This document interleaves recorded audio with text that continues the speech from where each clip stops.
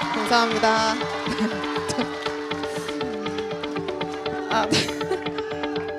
감사합니다. 이렇게 여러 가지 표현을 해주셔서 너무 당황스러운데 일단 이렇게 먼 곳까지 시간 내주셔서 오신 중3 학생 여러분과 학부모님들께 정말 감사 인사드리고요. 일단 제가 지금 준비한 내용은 학습법에 대해서 준비했는데 제 소개부터 잠깐 해보도록 하겠습니다. 네, 사진이 너무 다르죠? 네, 인생 사진. 감사합니다. 여기 제가 뭔가 심어놓은 알바생 같은 느낌이 드는데, 네, 지금 네 그렇습니다. 지금 좀 제 얘기 들어주시고요. 네, EBS에서 화학 강의를 하고 있고 이제 화학원을 강의를 하고 있고요. 그래서 현장 수업으로는 여러분들보다 훨씬 나이가 많은 재수생들, 그렇죠? 대성학원에서 재수생들을 위주로 강의를 하고 있습니다. 그래서 여러분들께 어떻게 하면 오늘 공부를 잘할 수 있을지 그 학습법에 대해서 자세하게 좀 알려드리도록 할게요. 일단 오늘 다룰 내용은요, 총 5가지로 볼 수가 있겠는데요. 첫 번째는 네, 좀 집중을 해주세요. 네. 첫 번째는 탐구 과목 선택이 올바른 기준. 궁금하시죠, 여러분? 그렇죠? 두 번째는 화학원은 나한테 정말 유리한 과목일까? 세 번째는 대입제도 개편에 따른 과목별 학습법. 네 번째는 공부의 신, 공신들의 공부법에 대해서 자세히 알려드리고요. 그래서 마지막은 이제 EBS 콘텐츠는 어떤 것들이 있는지 간단하게 알려드리도록 하겠습니다. 자, 그러면 일단은요, 탐구 과목 있잖아요. 어떤 과목이 있는지 아세요? 탐구 과목 일단 보통 사회탐구랑 과학탐구로 구성이 되어 있는데 그건 아시죠, 여러분? 그럼 총 몇 개 과목으로 구성되어 있는지 혹시 아세요? 총 17개, 맞아요. 17개로 구성되어 있는데 이제 여러분들이 수험 생활을 성공하는 필수적인 조건이 이 탐구 과목을 잘 해야 되는 그런 이유가 있는데요. 그래서 첫 번째로 여러분 기준을 좀 알려드리면 선택 시기는 언제 하는 게 좋을까요? 그래서 최대한 빨리 하는 게 좋겠죠. 그렇죠? 그래서 여러분 많이 들어보셨을 텐데 선행학습이 매우 중요하다고 얘기를 하잖아요. 그렇죠? 그래서 여러분들 지금 중3 이제 겨울방학부터 선택 과목을 선택을 해서 미리 좀 공부를 하면 남들보다 더 많이 공부할 수 있으니까 그런 측면에서 유리할 수가 있을 것 같고요. 두 번째는 여러분들이 좋아하는 과목, 자신 있는 과목을 선택을 해야지만 학습 효율이 많이 올라가겠죠? 그렇죠? 네, 그런 과목을 선택해 주셔야 되는데 근데 어떤 과목이 자신 있는지는 아직 모르잖아요. 그렇죠? 그럼 어떠한 방법이 있을까요? 여러분이 어떤 과목을 잘하는지 확인할 수 있는 방법 뭐가 있을까요? 다 공부를 해본다. 그렇죠? 그것도 하나의 방법일 수 있겠죠. 그러니까 겨울방학 동안에 조금씩 과목을 공부하는 방법도 있을 거고 또는 시험을 보면 알 수 있겠죠. 그렇죠? 그럼 시험은 언제 보나요? 그렇죠? 학교 일단 진학한 다음에 학력평가나 여러 가지 시험이 또 있어요. 중간고사, 기말고사, 내신 시험도 있고요. 그래서 그 시험을 통해서 여러분들이 어떤 과목에서 점수가 잘 나오는지를 객관적으로 판단해서 자신이 좋아하는 과목보다는 점수가 잘 나오는 과목을 선택하는 것이 당연히 옳은 판단일 수 있겠고, 그다음 세 번째는 지원 대학 조건이 중요합니다. 여러분 혹시 나는 어떤 대학교, 어떤 학과를 가고 싶다 정해놓은 학생 있어요? 네, 어떤 학생이 얘기해 주셨는데 자, 어떤 대학교 가고 싶어요? 네, 그렇죠. 나름대로 정해놓은 그런 학교도 있을 수도 있고요. 네? 네, 있을 수도 있고 아니면 이제 공부하다가 그런 학과가 설정될 수 있는데 일단 그 학교에서 어떤 과목을 선택 과목으로 필수로 지정하고 있는지를 그렇죠. 먼저 파악을 해주셔야 되고요. 그리고 과목별 유불리라고 나와 있는데 이건 뭐냐면 상대적으로 좀 인원수가 많은 과목이 선택을 하면 좀 유리하겠죠. 왜? 당연히 점수를 받을 때 등급으로 받잖아요. 그럼 뭔가 인원수가 많고, 네. 뒤에 너무 시끄럽다고. 네. 네. 인원수가 좀 많고 2학년 상위권 학생들보다는 중하위권 학생들이 많이 좀 편중되어 있는 게 안정적으로 등급을 받을 수 있겠죠. 그래서 그런 것들도 이제 객관적으로 좀 판단해 보시면 좋을 것 같고요. 그리고 마지막으로는 이제 대학 전공 적합성 고려라고 했는데 학교에서 여러분 수시라는 거 뭔지 알죠? 그죠? 수시 정시 알죠? 그 수시 학생부 종합 전형에서 상위권 대학들은 이런 것들을 평가한대요. 그래서 간단하게 보시면은 내가 만약에 화학과를 갈 거다. 그럼 화학과랑 관련된 과목을 이수했는지를 또 평가 요소로 보고 있다고 합니다. 또 이런 것들이 가산점으로 반영될 수 있기 때문에 이런 것까지 같이 고려하신다면 정확하게 어떤 과목이 나한테 유리한지를 알 수가 있겠죠, 여러분. 이해하시겠죠? 넘어가겠습니다. 네, 그 다음에 제 문제를 낼 거예요, 여러분. 집중해 주세요. 자, 지금 제시된 문제는 어떤 과목의 문제일까요? 그죠? 바로 네, 바로 화학이라는 걸 어떻게 아셨는지 궁금한데, 이온. 그렇죠. 되게 똑똑하다. 네, 이온이 있으니까 화학이겠죠. 뭔가 수용액 이런 표현이 보이고요. 자, 이 문제는 가장 최근 수능 문제예요. 2018학년도 수능 문제고요. 그래서 이어서 보여드릴 것은 해설이에요. 그렇죠. 뭔가 끔찍하죠. 딱 봤을 때 너무 복잡해 보이기도 하고 뭔가 수학 증명 문제처럼 막 계산 과정이 막 복잡하게 나와 있습니다. 이게 현재 화학원 수능 문제가 이렇게 출제가 돼요. 근데 모든 문항이 그렇지 않고요. 극히 일부 문항이 출제가 되고 있기 때문에 또 다 이렇게 어렵다고 생각하시지 마시고, 두 번째 문항 보여드릴게요. 네, 이 문항은 어떤 과목일까요? 영어는 아닐 것 같은데 영어 그쵸? 네, 얘는 과학이고요. 얘도 마찬가지로 화학입니다. 화학. 근데 얘는 해설이 이렇게 간단해요. 그리고 직접 제가 해설을 썼거든요. 어때요? 방금 전에 이 문제랑 엄청난 차이점이 보이죠? 그 왜 이렇게 차이점이 클까요? 얘는 최근 문제일까요? 아니면 예전 문제일까요? 그죠? 완전 예전 문제예요. 몇 년도냐면 1999학년도 문제예요. 그래서 아마 여러분들의 어머님이 좀 능력이 좋으셔서 빨리 결혼하셨다면은 이런 수능 문제를 보시지 않았을까 생각을 합니다. 그래서 가장 큰 차이점은 일단 좀 더 문제가 어려워졌고요. 좀 복잡해졌다라는 거, 그런 차이점 볼 수가 있네요. 자, 그래서 아마 여러분들이 들어봤는지 모르겠지만 요즘에 수능에서 과학탐구 1에서 화학 1이 선택자 수가 혹시 어떤지 아세요? 많은지 적은지 그냥 그 정도만 얘기해 볼까요? 많다. 그럼 가장 많다? 1위가 뭘까? 1위. 1위.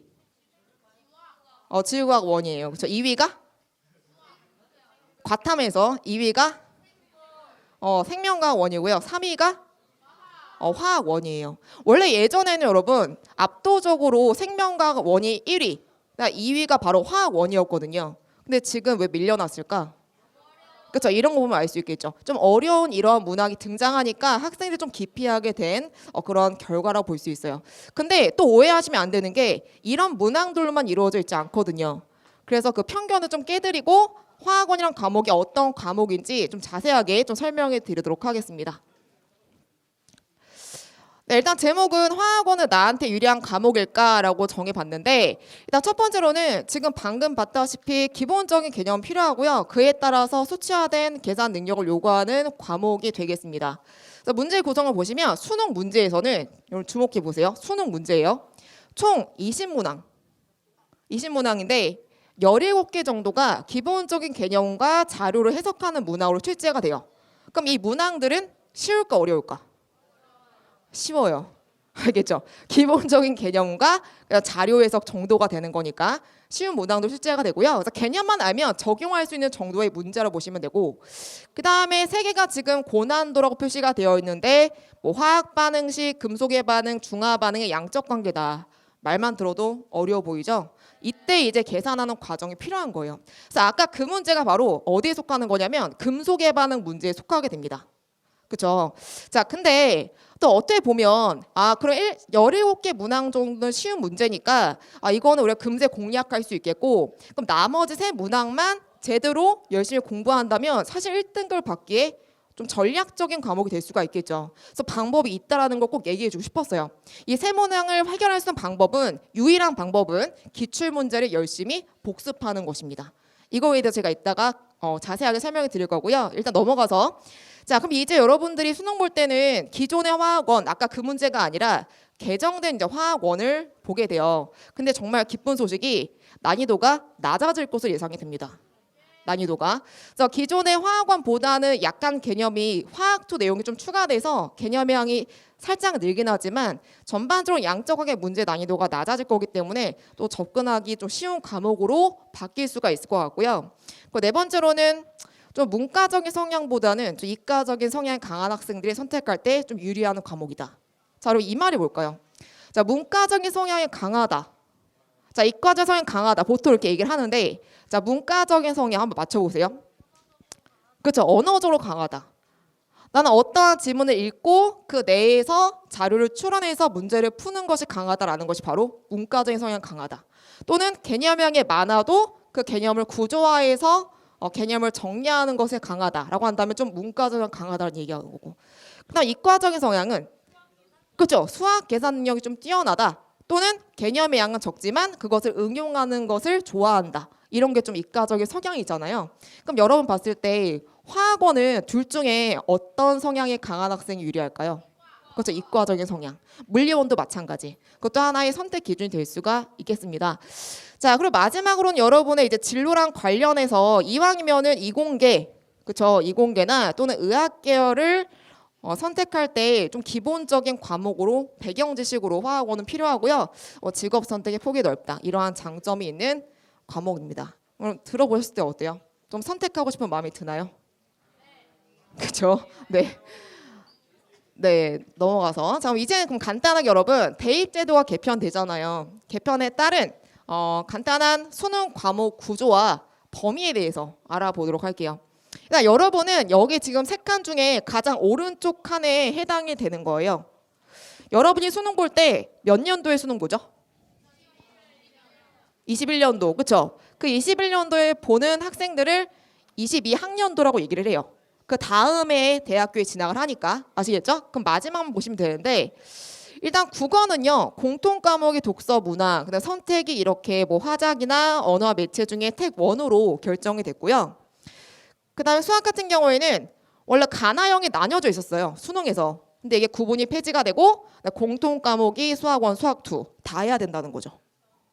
1, 2 다 해야 돼요. 그리고 선택은 확률과 통계, 미적분, 기하 중에 택 1이다 이렇게 바뀌었고.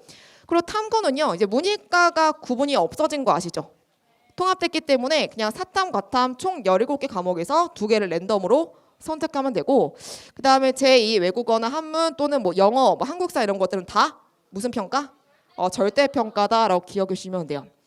그래서 보시면은 뭐 학습법이 쭉 나와 있는데 뭐 영어 같은 경우에는 간단하게 뭐 단어는 어떻게 해야 될까?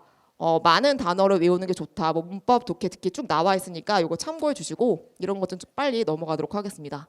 그 다음에 한국사 마찬가지. 자, 탐구만 좀 볼게요. 과학 탐구. 제가 아무래도 화학 강사니까 원 과목에 집중해서 학습법을 조금 설명해 드리면 일단 물리원 어떤 학습법이 필요할까요, 여러분? 물리를 잘하기 위해서는 일단 뭐가 중요할까? 공식이 좀 중요하겠죠. 공식이나 개념들. 그래서 어떤 공식을 적용하는지를 정확하게 알아야지만 좀 문제풀이 수월하다는 거고요. 그래서 고난도로 출제가 되는 파트는 물리원에서 역학. 그래서 이런 게 있어요. 그 두 번째는 화학원은 아까 얘기했지만 고난도 출제 파트 이 세 가지 뭔가 양적 관계라고 했는데 얘는 해결 방법이 뭐라고요? 기출 분석. 기출 문제를 정확하게 복습하는 것이 매우 중요하다 얘기했고, 세 번째는 생명과 원은요 마찬가지로 개념의 정확한 이해와 암기가 필요하고 고난도 파트는 유전이다. 근데 지구과학은 고난도 출제 파트가 천체 이렇게 좀 구성되어 있습니다.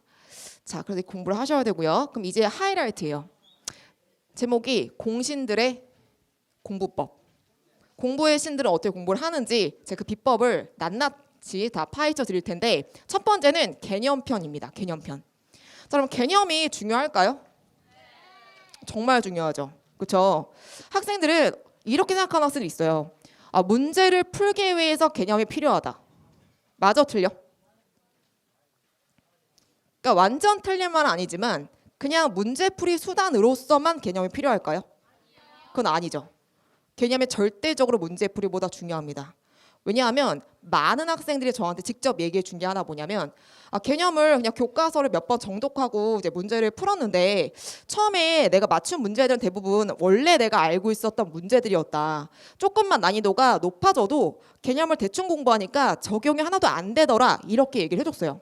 그리고 점수가 올라가는 게 한계가 있더라. 그래서 개념을 다시 완벽하게 공부를 하고 나서 문제를 풀어봤더니 내가 문제 적용 능력이 이렇게까지 큰지 몰랐고 점수가 훨씬 더 예전보다 올랐다라고 얘기를 해줬거든요. 그래서 개념이 정말 중요한데 그래서 개념을 완벽하게 정리하기 위해서 추천해드리는 첫 번째 방법이요. 단권화 노트 만들기가 있습니다. 단권화 노트. 자, 그럼 단권화가 뭘까요? 단권화. 한 권으로 만드는 거죠. 그래서 개념 노트를 여러분이 스스로 작성을 하는 거예요. 그래서 과정 보시면 첫 번째는 일단 교과서를 읽고 나서 대단원, 소단원의 목차를 먼저 파악을 합니다. 중요해요, 여러분. 자, 목차를 파악하는 것은 왜 중요할까? 목차. 그렇죠. 주제를 알 수 있어요. 그 단원에서 얘기하고자 하는 내용을 알 수가 있는 거죠. 이해가요? 그러면 단원들 간의 뭔가 흐름을 파악하고 개념을 정리한다는 게 중요하다는 거고, 그리고 나서 이제 개념을 채워 나갈 거잖아요. 그때 채워 나갈 때는 그냥 무조건 뭐 화학 반응식의 정의, 뭐 유효액전화의 정의, 이런 정의만 나열하는 것은 크게 도움이 안 돼요. 어차피 자습서에 다 있으니까. 그럼 개념을 어떻게 정리해야 될까? 답이 다 나와 있는데 개념들 간에 또는 용어들 간에 그 관련되어 있는 관계에 집중해서 정리를 하셔야 돼요. 이해가요? 그래서 뭐 이런 거 많이 하잖아요. 뭐 생명 같은 경우에는 뭐 TC의 회로다. 여러분 많이 아직 못 들어봤을 것 같긴 한데 뭐 도식화시켜서 정리하는 방법을 얘기하는 거고요. 그리고 뭔가 이 소단원에서 이 개념과 다른 소단원의 개념이 있을 때 걔네들이 같이 주로 문제 출제가 된다고 한다면 어떻게 정리하는 게 좋을까? 포스트잇으로 붙여놓는 거죠. 표시를 하는 거예요. 그래서 이 개념에서 이 개념을 넘어갈 수 있게끔 알아볼 수 있게 정리하는 것이 필요하고요. 그 세 번째로는 보충 설명까지 자세하게 적으면 이 노트 하나만으로도 내가 알고자 하는 개념을 확실하게 또 파악할 수 있는 장점이 있겠습니다. 어떻게 하는지 아시겠죠? 그다음 세 번째로는 개념이 문제에 어떻게 적용되는지까지 실제 문항 사례를 이용해서 이 개념이 이 문항에는 이런 식으로 적용이 된다. 실제 살아있는 개념을 여러분 정리하면 정말 문제풀이까지도 쉽게 적용이 가능할 것 같아요. 자, 실제로 어떤 학생의 노트를 보여드릴게요. 수능 만점자 노트예요, 여러분. 잘 보세요. 자, 이게 개념 노트예요. 일단 기본적인 개념만 있는 게 아니라 이 개념이 문제에 응용됐을 때 어떻게 적용이 되는지까지 다 설명해 놓은 노트. 보시면 포스트잇에 보충 설명을 다 정리해놨고 그 다음에 어떠한 개념 간의 상관관계가 있는지까지 다 표시를 해놨습니다. 그래서 여러분들도 이런 노트를 한 권을 만들면 수능 볼 때 뭐만 가져가면 돼요? 이 노트 하나만 가져가면 돼요. 알겠죠, 여러분? 무슨 말인지 아시겠죠? 정말 필요한 단계고요. 그 다음에 두 번째로는 이제 개념을 제대로 공부했는지 확인해야 되잖아요. 그렇죠? 노트만 예쁘게 정리하는 것은 큰 의미가 없죠. 그냥 내 만족이잖아. 그래서 시험을 봅니다. 어떻게 시험 보냐면 백지 시험. 이거는 정말로 수능 만점자들 뿐만 아니라 최상위권 학생들이 항상 활용하는 방법이에요. 내가 얼만큼 개념을 잘 정리하고 있는지. 자, 어떻게 하냐면요. 간단해요, 여러분. 일단 백지를 펴놓고 단원 제목을 적어. 알겠죠? 빈 공간을 많이 띄워놓고 해보세요, 여러분. 그럼 빈 공간에 이 소단원에 해당하는 개념들을 그냥 내 의식의 흐름에 맞게끔 정리를 쭉 해보는 거예요. 되죠? 근데 만약에 개념을 적다가 막히는 부분이 있을 수 있잖아요. 생각 안 나는 개념이 있을 수 있잖아. 그럼 그런 것들은 어떻게 하면 돼? 개념 노트를 해당 부분을 찾아서 다시 확인하고 다시 그 부분을 공부한 다음에 또 채워 넣는 겁니다. 이걸 계속 반복하는 거야. 그러면 개념의 양이 많아도 머릿속에 어느 순간 그게 완전하게 정립이 되고요. 그렇게 반복하다 보면 결과적으로 수능 직전에는 시험 직전에는 어떻게 하면 돼요? 그냥 간단한 키워드를 적는 것만으로도 모든 개념을 상기시킬 수 있게 되는 거죠. 이렇게 여러분 매일 복습을 해보라는 겁니다. 아시겠죠? 네, 개념 편이었고요. 두 번째 넘어가서 문제풀이는 어떻게 해야 되는지 설명을 해보겠습니다. 실질적으로 학생들이 하는 방법이에요. 자, 여러분 가장 중요한 문제 뭘 것 같아요? 가장 중요한 문제. 이거를 너무 다 써 있어가지고 그렇긴 한데 가장 중요한 문제 뭘까? 우리가 앞으로 수능 공부할 때 기출문제. 왜 기출문제가 중요할까? 뽑아서? 근데 여기 여학생이 되게 대답을 잘해주고 있는데 기출문제가 중요한 이유 뭘까요? 그냥 생각해봐. 왜? 그렇지. 이미 나올 수 있는 게 이미 나와 있는 거예요. 이해가요? 지금 여러분들이 탐구 과목에서 얘기하고 있고 그렇긴 한데 전 과목이 마찬가지예요. 이미 나왔던 문제들이 또다시 나와요. 근데 또다시 나올 때 똑같은 문제가 나오는 것이 아니라 약간 변형돼서 출제가 또 반복이 됩니다. 이해가요? 그 우리가 공부할 때 가장 기출 문제를 먼저 봐야 하는 이유는 수능을 출제하는 기관이 바로 한국교육과정평가원이거든요. 그럼 기관에서 우리로 하여금 이 개념을 어떻게 적용하길 원하는지를 그 출제 패턴 정확히 알아야지만 앞으로 좀 올바르게 공부를 할 수가 있겠죠. 그래서 기출문제를 먼저 보는 게 중요하고요. 그래서 기출문제를 볼 때는 그냥 단순하게 한 번 풀고 넘어가시면 안 돼요. 왜? 어차피 그 문항은 똑같이 안 나오니까. 그럼 어떻게 해야 될까? 여러 번 반복해서 풀면서 그 문항을 완벽하게 소화를 하시고요. 그리고 이 문항의 변형돼서 나오니까 어떻게 변형될지까지 예상하는 과정이 필요합니다. 그게 바로 기출 분석 과정이에요. 그래서 여러분에게 약간 이 말이 어려울 수 있는데 그냥 간단하게 설명을 해볼게요. 자, 첫 번째는 이제 출제 의도를 파악을 합니다. 이 문제에서 내가 두 번 다시 풀어보니까 어떠한 내용을 요구하고 있다라는 게 보일 수 있잖아요. 그 의도를 파악하시고, 자, 두 번째는 개념을 정리를 해야겠죠? 이 문항은 어떤 개념 물어보고 있는지를 정리를 쭉 해주시고요.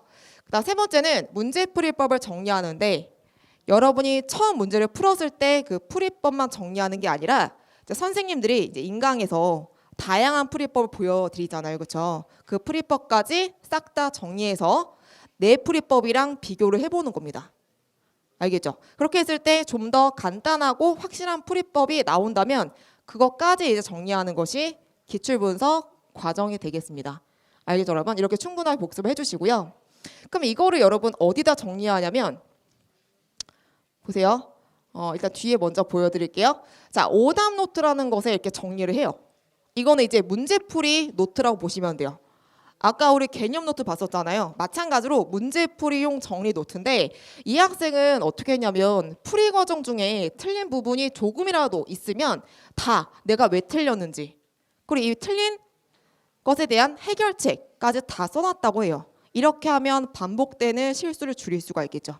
그래서 노트를 만드시는 게 좋을 것 같고 그리고 이어서 좀 더 보시면 이건 쑥스럽지만 전데요. 네. 제 강좌에서는 저는 사실 기출 문제가 있으면 같은 주제를 담고 있는 문제가 있잖아요, 그죠? 그렇죠? 그래서 그런 문제에 보기선지를 다 추가해서 다지선다 문제로 바꿔서 또 한꺼번에 한 문제를 가지고 여러 문제를 복습할 수 있게끔 이렇게 또 정리해드리고 있는데 이것도 하나의 기출 분석 방법이 될 수가 있겠고 그리고 공부했으면 이제 EBS 연계고제 풀이에 또 적용해 보는 것도 좋을 것 같습니다. 아시겠죠, 여러분? 그래서 이렇게 해보시고요. 자, 그 다음에 넘어가서 이제 실제 사례를 좀 보여드릴게요. 중요한 건 다 끝났는데 이제 실제 사례. 자, 2017학년도 수능 만점자 이영래군의 공부법에 대해서 간단하게 정리했는데 핵심은 뭐냐면요. 계속 문제를 반복해서 풀었다입니다. 계속. 그럼 문제 풀 때 어떻게 해요?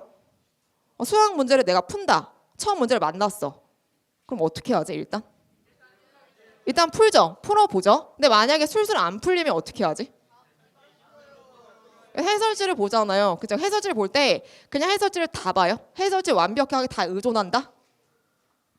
그 방법이 좋지 않다라고 얘기해주고 있는 거예요. 그러니까 자신은 공부할 때 어떻게 했냐면 일단 잘 풀리지 않는다면 해설지의 일부를 조금씩 확인하면서 힌트를 얻어서 어쨌든 간 내 자신이 스스로 풀려고 노력을 끝까지 했다. 이게 포인트야.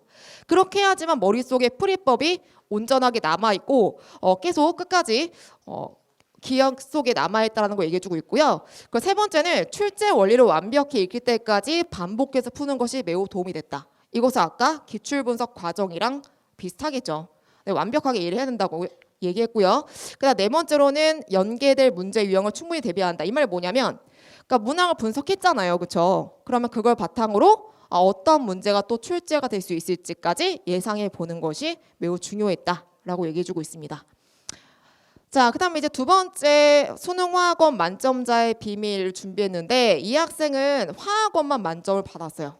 그래서 어떠한 방식으로 공부했는지 역시 정리가 되어 있는데요. 내용 좀 많죠. 일단 1단계는 가장 중요한 개념을 한 번, 두 번 공부하는 것이 아니라 교과서를 5번 이상 읽고 정독하고 개념 노트 만들고 그렇게 해서 백지 복습까지 해서 탄탄하게 개념을 정리했다고 얘기하고 그래서 모르는 부분은 학교 선생님께 질문하거나 막히는 개념 있잖아요. 아니면 EBS 사이트에 질문 게시판을 이용했다고 해줍니다. 그리고 두 번째는 개념이 완벽히 된 상태에서 기출 분석을 했다고 하는데 그 이유는 아까 얘기해드렸죠. 이미 출제 패턴이 기존 기출문제에 담겨져 있기 때문에 그 문제를 집중해서 공부하는 것이 매우 중요하다. 그렇죠? 그래서 자신만의 문제풀이 매뉴얼이 필요하다. 자, 세 번째는 닥치는 대로 문제 경험 쌓기라고 했는데 이 학생은 놀라운 것이 1년간 대략 기출문제 500문제를 포함해서 2000문제를 넘게 풀었대요. 화학원만. 그러니까 엄청난 공부량을 얘기해주고 있는 건데, 근데 여러분에게 조심스럽게 얘기하는 건 사실 이 단계는 필수적인 단계는 아니에요. 뭐가 중요할까요? 개념이랑 기출 분석이 중요하겠죠. 그게 된 상태에서 좀 시간적 여유가 있다면 또 다른 문제도 이렇게 풀어보면서 문제에 대한 경험을 쌓는 것도 이제 필요하다. 아시겠죠? 네, 넘어가겠습니다. 네, 그 다음에 이어서 이제 간단하게 수능 만점을 어떻게 받았는지 그 비결에 대해서 조금 이제 소개를 하려고 하는데요. 강영규 학생은 2018 학년도 수능 만점자예요. 그래서 이 학생 얘기하는 건 공부 습관을 되게 잘 들였다. 공부 습관. 그래서 어렸을 때부터 계속 공부 계획을 잡고 그것을 수행하는 그 방법을 몸에 계속 익혔다고 합니다. 그래서 나중에는 공부한 계획량을 달성하지 못했을 때는 오히려 그날 잠이 안 올 정도가 됐다고 얘기해요. 그래서 그만큼 습관화했다는 게 중요했다라고 얘기해주고 있고요. 두 번째는 방학 기간을 정말 잘 활용했다라고 얘기해주는데 학기 중에 비해서 방학 기간은 시간이 어때요? 더 많아요, 적어요? 또 많죠, 그렇죠? 그래서 그때 일주일치의 그 공부량을 하루에 다 해결했다고 얘기를 합니다. 그렇게 좀 공부량을 극대화시켜서 공부했더니 성적이 많이 올랐다고 얘기해주고 있고, 그다음 두 번째는 이제 민준호 학생, 얘도 마찬가지로 2018 학년도 수능 만점자인데요. 자, 이 학생은 구체적인 계획을 세웠다고 해요. 앞으로 수능까지 며칠이 남아 있는데 그 시간 대비 내가 할 수 있는 공부량 비교해서 정확하게 학습 계획을 세웠다고 합니다. 그리고 무조건 달성을 했겠죠. 그 두 번째로는 자신에게 가장 잘 맞는 공부법을 찾았다라고 해주는데 그냥 여러분 막연하게 공부하기는 보다는 내가 어떤 공부법이 가장 잘 맞는지를 좀 찾아서 그렇게 공부를 하니까 또 효율이 훨씬 좋았다고 얘기해줬고, 세 번째는 이건 파이널 기간 동안에 했던 방법인데요. 그 수능날의 그 공부 시간표, 시험 시간표랑 동일하게 공부를 했더니 컨디션 조절에 성공할 수 있었다라고 얘기해주고 있습니다. 이건 간단하게 보고 넘어가도록 하겠습니다. 자, 마지막으로 여러분에게 제가 말씀드리고 싶은 저의 공부법인데 가장 중요한 것 같아요. 뭐라고 써있죠, 여러분? 공부를 습관화하라. 그렇죠? 습관이라는 건 뭘까? 뭔가 내가 머릿속에 막 생각하면서 억지로 하는 게 아니라 그냥 그런 생각이 없어도 자연스럽게 몸에 배서 하게 되는 그러한 상태를 얘기하는 거죠. 그래서 여러분이 공부를 그렇게 하시면 좋겠어요. 사실 지금 거의 3년이라는 시간 남아있는데 그 긴 시간 동안 꾸준히 계속 공부한다는 것은 쉬운 일일까요? 어려운 일일까요? 어려운 일이에요. 사실 여러분에게 너무 가혹한 일일 수도 있어요. 근데 몸에 습관화하면은 그게 여러분 크게 어렵게 느껴지지 않을 수 있거든요. 그래서 런던 대학교에서 발표한 결과 한 사람이 어떠한 습관을 들이는데 필요한 시간이 대략 며칠? 66일이라고 합니다. 그래서 여러분이 지금 당장 돌아가셔서 달력이나 스케줄러를 구입해가지고 66일 동안 공부 계획을 한번 세워보세요. 그래서 하루하루 한번 달성했는지 못했는지를 체크하시면서 꾸준하게 한번 66일만 잘 버텨보는 겁니다. 그러면 어느 순간 그것이 습관화돼서 그 이후에는 너무 힘들지 않게 공부를 계속 할 수 있지 않을까 싶어요. 그래서 제가 말한 학습법은 공부를 습관화해라. 아시겠죠? 네. 자, 그다음 이제 고1을 위한 EBS 콘텐츠를 소개해 드리려고 하는데요. EBS에는 정말 좋은 강의가 많아요. 양질의 강의가. 그래서 여러분이 이제 예비 고1이니까 관련지어서는 뭐 수학 강좌나 또는 뭐 난이도별로 여러 가지 강좌가 있는데 뭐 통합과학, 통합사회. 그래서 내신 고1 때 필요하죠. 그래서 이러한 개념 강좌부터 문제풀이 강좌까지 다 준비가 되어 있고요. 그리고 내가 어떤 강좌를 들어야 할지 모르겠다. 그럴 때는 바로 맞춤형 커리큘럼을 이용해서 여러분 쉽게 나한테 필요한 강좌를 수준에 맞게끔 찾아내시면 될 것 같고요. 그리고 또 질문은 여기다 하시면 돼요. 그 선생님 페이지가 있는데 제가 이제 마지막에 들어있는데요. 네. 네, 여기서 이제 Q&A나 수강하기를 이용해서 질문을 또 하시면서 소통하는 시간도 가지셨으면 좋겠습니다. 네, 그리고 이제 마지막으로 입시 정보 대입 상담실 되어 있는데요. 여러분이 진로랑 관련해서 입시에 관련해서 궁금한 것들이 있잖아요. 아무 질문이나 다 하셔도 되고요. 그러면 담임 선생님이 배정이 되고 그 다음에 답변이 옵니다. 그래서 이러한 또 편리한 방법이 있으니까 활용해 보시고, 그 다음 지금 하고 있는 거 입시 설명회. 자, 이거는 2주 후에 녹화돼서 사이트에서 볼 수가 있어요. 그래서 뭔가 놓친 부분이 있다면 다시 한번 또 보시는 것을 추천해 드리고요. 저 과정 어떻게 하는지 나와 있습니다. 네. 그리고 마지막으로, 정말 마지막으로 여러분에게 드리고 싶은 메시지인데요. 잘 보시면 서울대 의예과 수석 합격생의 글이에요. 그렇죠? 오늘도 나는 독서실에서 마지막까지 남아 공부를 한다. 웃기는 일이었다. 내가 제일 공부를 잘하는데 내가 제일 열심히 한다. 그렇죠? 뭔가 느껴지는 게 있나요, 여러분? 아직은 약간 그럴 수 있긴 한데, 그러니까 여러분이 공부할 때 이렇게 하시면 좋겠어요. 정말 수험 생활이 후회가 되지 않고 아쉬움이 남지 않은 그런 수험 생활을 보내셨으면 좋겠습니다. 여기까지 해서 EBS 화학 강사 김성훈이었고요. 네, 정말 끝까지 잘 들어주셔서 감사합니다. 수고하셨습니다.